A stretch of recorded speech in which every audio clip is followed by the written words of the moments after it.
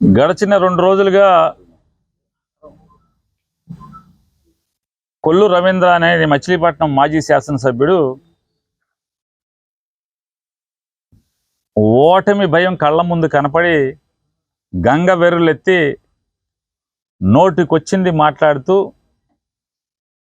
కంగారుగా అధికారులను బెదిరిస్తూ అధికారులని తాట తీస్తాను, తోలు తీస్తాను, అది చేస్తాను, ఇది చేస్తాను అని చెప్పి మాట్లాడుతూ పేర్ని నాని గురించి కూడా దొంగ పట్టాలు పంచిపెట్టాడని అదేని ఇదేని అవాకులు చవాకులు మాట్లాడుతున్నాడు అతను. నేను ఇప్పటికీ తను మాట్లాడిన ఒక నెల క్రితం ముందే నేను చెప్పాను, కొల్లు రవీంద్రకు కానీ తెలుగుదేశం పార్టీకి కానీ పేద మధ్య తరగతి వర్గాలంటే మనసులో వాళ్ళని ఎంతసేపు ఓట్లుగా చూడటం తప్పితే వాళ్ళ సమస్యలు కానీ వాళ్ళ బాధలు కానీ వాళ్ళకు ఉన్నటువంటి చికాకులు కానీ ఏ రోజు కనీసం చెవులతో ఆలకించిన పాపాన పోలేదు, వారి పరిష్కారం చూపించినటువంటి పాపాన పోలేదు.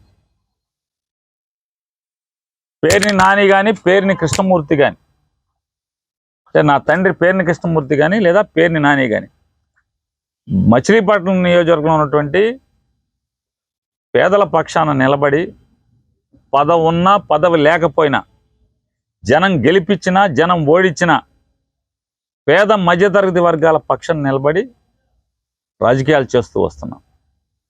ఏనాడు కొల్లు రవీంద్రలాగా ఏనాడు కూడా పేదల్ని పొరపాటును కూడా మోసం చేయలేదు, ప్రాణం పోయే వరకు కూడా మోసం చేయడు. అది తెలుసుకుంటే మంచిది. కొల్లు రవీంద్ర ఓట్ల కోసం దిగజారి, అంటే జనమందరూ కూడా జగన్ పట్ల లేదా పేర్ని కృష్ణమూర్తి పట్ల సానుకూలంగా ఉన్నారనేటువంటి భయంలో పట్టాలు ఇస్తున్నారు అని మాట్లాడతారు. ఏ పట్టాలు ఎందుకు ఇవ్వకూడదు అని అడుగుతున్నాను.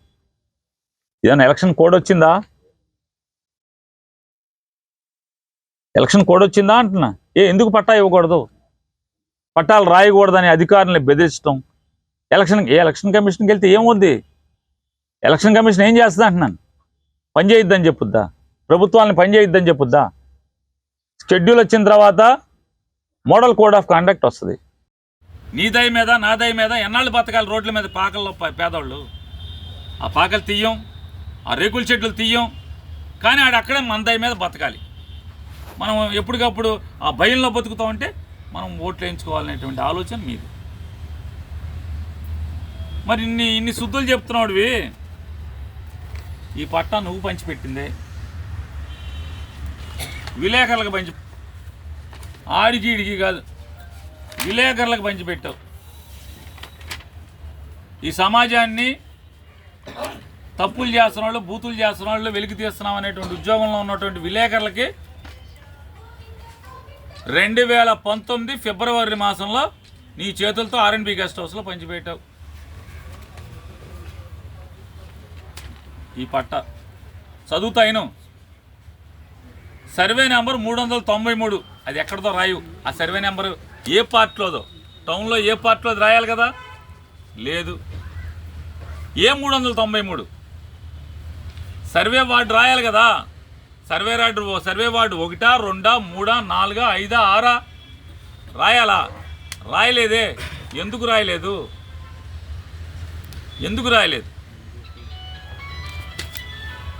ఈ సర్వే నెంబర్ 309 కూడా భాగవతం కూడా చెప్తా. ఈయన ఇంకో విలేకరి, ఇంకో విలేకరి చూసుకోండి. ఇదంతా విలేకరులే.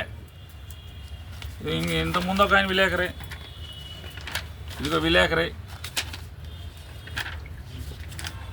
ఇదిగో విలేకరి.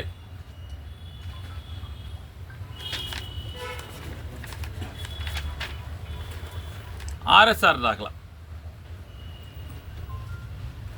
ఆర్ఎస్ఆర్లో 393. కొంత అంటే ఏంటి? రోడ్డుకి పట్టా ఇవ్వచ్చా? ఇవ్వాలంటే ఏం చేయాలి? కన్వర్షన్ చేయాలి కదా. నువ్వు అడుగుతున్నావు కదా, రోడ్డుకి జీవో వచ్చిందా, అది వచ్చిందా, ఇది వచ్చిందో, ఏది దీనికి ఏం తెచ్చా? విలేకరులను ఎందుకు మోసం చేశా? ఎవరిని మోసం చేసావు నువ్వు? కనీసం పట్టా అద్దులు చూపించావా? చేతిలో కాగితం పెట్టావు కదా, ఓట్లకి వెళ్ళేప్పుడు విలేకరులను మోసం చేస్తా వాళ్ళని ఏమైనా పొలంలో తీసుకెళ్ళి చూపించావా?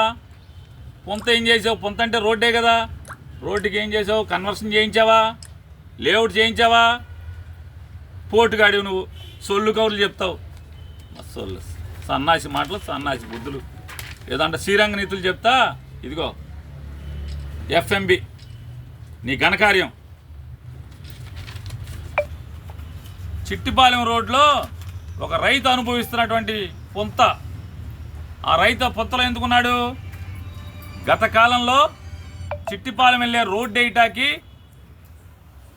ఆ రైతు పొలంలో రోడ్డు వేసి సరాసరి అంటే వంకరలు జరుగుతుందని చెప్పని రోడ్డు వేసి ఆ పొంతని రైతును అనుభవించమని చెప్తే మీ నాన్నగారు కొల్లు సుబ్బారావు గారు సంపాదించిన ఆస్తిలాగా ఆ రైతు పొలంలో రైతు అనుభవిస్తున్న దాంట్లో, పేద రైతు అనుభవిస్తున్న దాంట్లో నువ్వు విలేకరులకు పట్టా ఇస్తావు.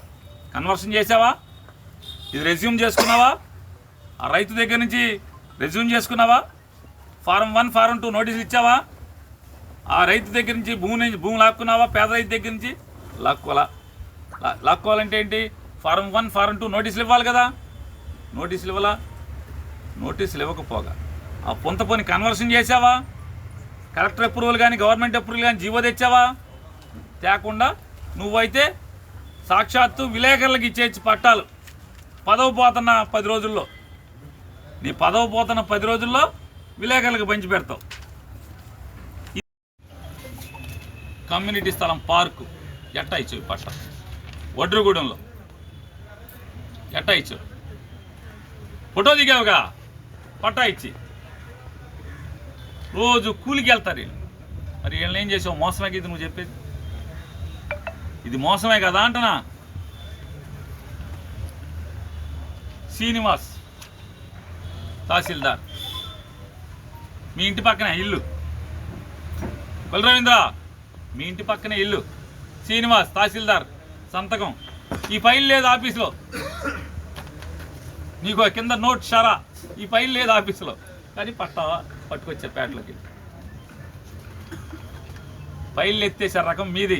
ఎస్, నేను ఇచ్చిన ప్రతి కాగితానికి వాళ్ళ ఆఫీసులో ఫైల్ని చూసుకువెళ్ళి నీకు చూపించారు కదా. ఇదిగో పట్ట. ఇంకో పేద కూలి చేసుకు బతికే అమ్మాయి. శ్రీనివాస్ మీ ఇంటి పక్క తహసీల్దార్, బందర్ తహసీల్దార్ మీ ఇంటి పక్క ఆయన, ఫైల్ లేదు. ఆర్ఎస్ఆర్ ఏం చెప్తుంది? అబ్జెక్షనబుల్ ల్యాండే. ఎందుకు ఇచ్చావు? ఫోటో దిగావుగా పట్టా ఇచ్చి పోజుగా. సీరియల్గా ఇస్తా. ఎక్కడెక్కడ ఈయన ఇవాళ చెప్తున్నాడు శ్రీరంగ నీతులు, ప్రతి దానికి తీసుకొస్తా. అంతకితం కూడా ఇట్టాగేదో దొంగ శంకుస్థాపనలు అన్నాడు మా అబ్బాయి చేస్తుంటే. దొంగయ్య ఇల్లు చూసుకో, ఇవాళ అన్ని వర్కులు పూర్తయిపోయింది. 70-80% పేరుని కృష్ణమూర్తి పని మొదలెట్టినాయి, వాళ్ళన్నీ అయిపోయినాయి. కొబ్బరికాయలు కొట్టినాయన్ని. మిగతా అన్నీ కూడా పనులు వేగంగా జరుగుతున్నాయి. దొంగ శంకుస్థాపనలు కోడొచ్చే రోజు ఇట్టాగా మాట్లాడితే నేను ఒక కమ్యూనిటీ హాల్ చూపించా. మిగతాయి కూడా ఉన్నాయి. నిన్న ఎంఆర్ ఆఫీస్కి వెళ్ళి ఏంటి నీ పెంట భయం? మచిలీపట్నంలో 300 కరగ్రహారంలో 318 ఎకరాలు కొనుగోలు చేశాం, పట్టాలు ఇచ్చాం. దాంట్లో కోర్టులు ఎటువంటియో దౌర్భాగ్యం. డబ్బులు ఇచ్చేసిన తర్వాత కూడా కోర్టు స్టేలు ఇచ్చినటువంటి పరిస్థితులు ఉంది. 600 మంది నిరుపేదలకి కోర్టు స్టేలు పట్టాలు పంచిపెట్టి, అంటే 2022 సంక్రాంతి ఆ టైంలో జనవరిలో పట్టాలు పంచిపెడితే 2023లో కోర్టు స్టేలు వస్తే దానికోసం మరి వాళ్ళకి ఆల్టర్నేటివ్ భూమి ఇవ్వాలి కాబట్టి అని ప్రభుత్వంలో దెబ్బలాట 2 జీవోలు తీసుకొచ్చాను. ఒక జీవో నిన్న వచ్చింది, డేట్లేం మాయలేవు మీకులాగా. 14/3 నిన్న ఒక జీవో వచ్చింది. ఇది ఫైనల్ జీవో. ఇది దీనికి ముందు జీవో, లింక్ జీవో. ఇది మున్సిపల్ అడ్మినిస్ట్రేషను, ఇది మైన్స్ డిపార్ట్మెంట్. ఈ 2 జీవోల్ని ఆధారం చేసుకుని ఎవరెవరైతే 600 మందికి కోర్టు స్టేల వల్ల పట్టా ఇచ్చినప్పటికి కూడా స్థలంలోకి వాళ్ళు వెళ్ళలేని స్థితి ఉందో వాళ్ళందరికీ మార్చి రాస్తున్నారు రాత్రి. రాస్తే ఏంటంట తప్పేంటి అంటనా? పేదోడికి న్యాయం చేస్తే తప్పేంటి? పని అంటే నీ ఉద్దేశం ఏంటంటే పేదవాళ్ళకి పని జరగకూడదు, నువ్వు చేయవు, చేసేవాడిని చేయకూడదు. ఈ జీవితంలో ఎప్పుడన్నా ఒక పేదోడిని ఇంటి ముందుకి సౌకర్యాలు కల్పించావా? పేదోడికి ఏం తప్పు జరుగుతుందంటనా? 1977 సైక్లోన్కి మత్స్యకారులందరూ కూడా నీళ్ళకి కొట్టుకుపోతే వాళ్ళందరినీ తీసుకొచ్చి అప్పుడున్నటువంటి పెద్దలు మెరక భూమి అనేటువంటి సముద్రం వెనక్కి వెళ్ళిపోతే వచ్చినటువంటి మెరక భూమి అనేటువంటి ఆ భూమి మీద దెబ్బ మీద వాళ్ళందరికీ ఇళ్ళు పంచి పెట్టారు 1977-78 సంవత్సరంలో. దాని పేరు గిరిపురం. చర్చ్ వెనకాల ఉన్నటువంటి గ్రామం గిరిపురం. ఊరంతా మత్స్యకారులే. 5 ఏళ్ళు నువ్వు మంత్రి చేసావు కదా. ఏ రోజన్నా గిరిపురం మత్స్యకారులకి ఇళ్ల స్థలాలు పట్టాలు లేవని చెప్పుకుంటే ఒక్క రోజన్నా సరే ఇద్దామని ఒక మాట మాట్లాడావా? ఇవ్వలేదే. లేదా నువ్వు మంత్రిగా ఉండగా ఉప్పాడ కాలనీ, వైఎస్ఆర్ కాలనీ ఇళ్ళు కాలిపోతే 400 ఇళ్ళు కాలిపోతే కనీసం ఇళ్ళు కాలితే కూడా చూట్టాకి రాకుండా పార్కులో నాటకోత్సవం చేసుకుంటున్నావు, డ్రామాలు చూస్తున్నావు నువ్వు. వాళ్ళు ఇల్లు తగలాడుతుంటే పోనీ వాళ్ళకి ఏమన్నా పట్టాలు ఇచ్చావా? నువ్వు మంత్రిగా ఉండి 1977-78 గిరిపురానికి వదిలేయి, పోనీ వాళ్ళకి ఏమన్నా పట్టాలు ఇచ్చావా? ఇవ్వలేదు కదా. నేను ఈ నా 3-4 సంవత్సరాల కాలంలో ప్రభుత్వంతో అనేక శాఖలతో దెబ్బలాడి ప్రయత్నం చేసి దానికి కొత్త సర్వే నంబర్లు పుట్టించా. Please subscribe to Chanakya channel.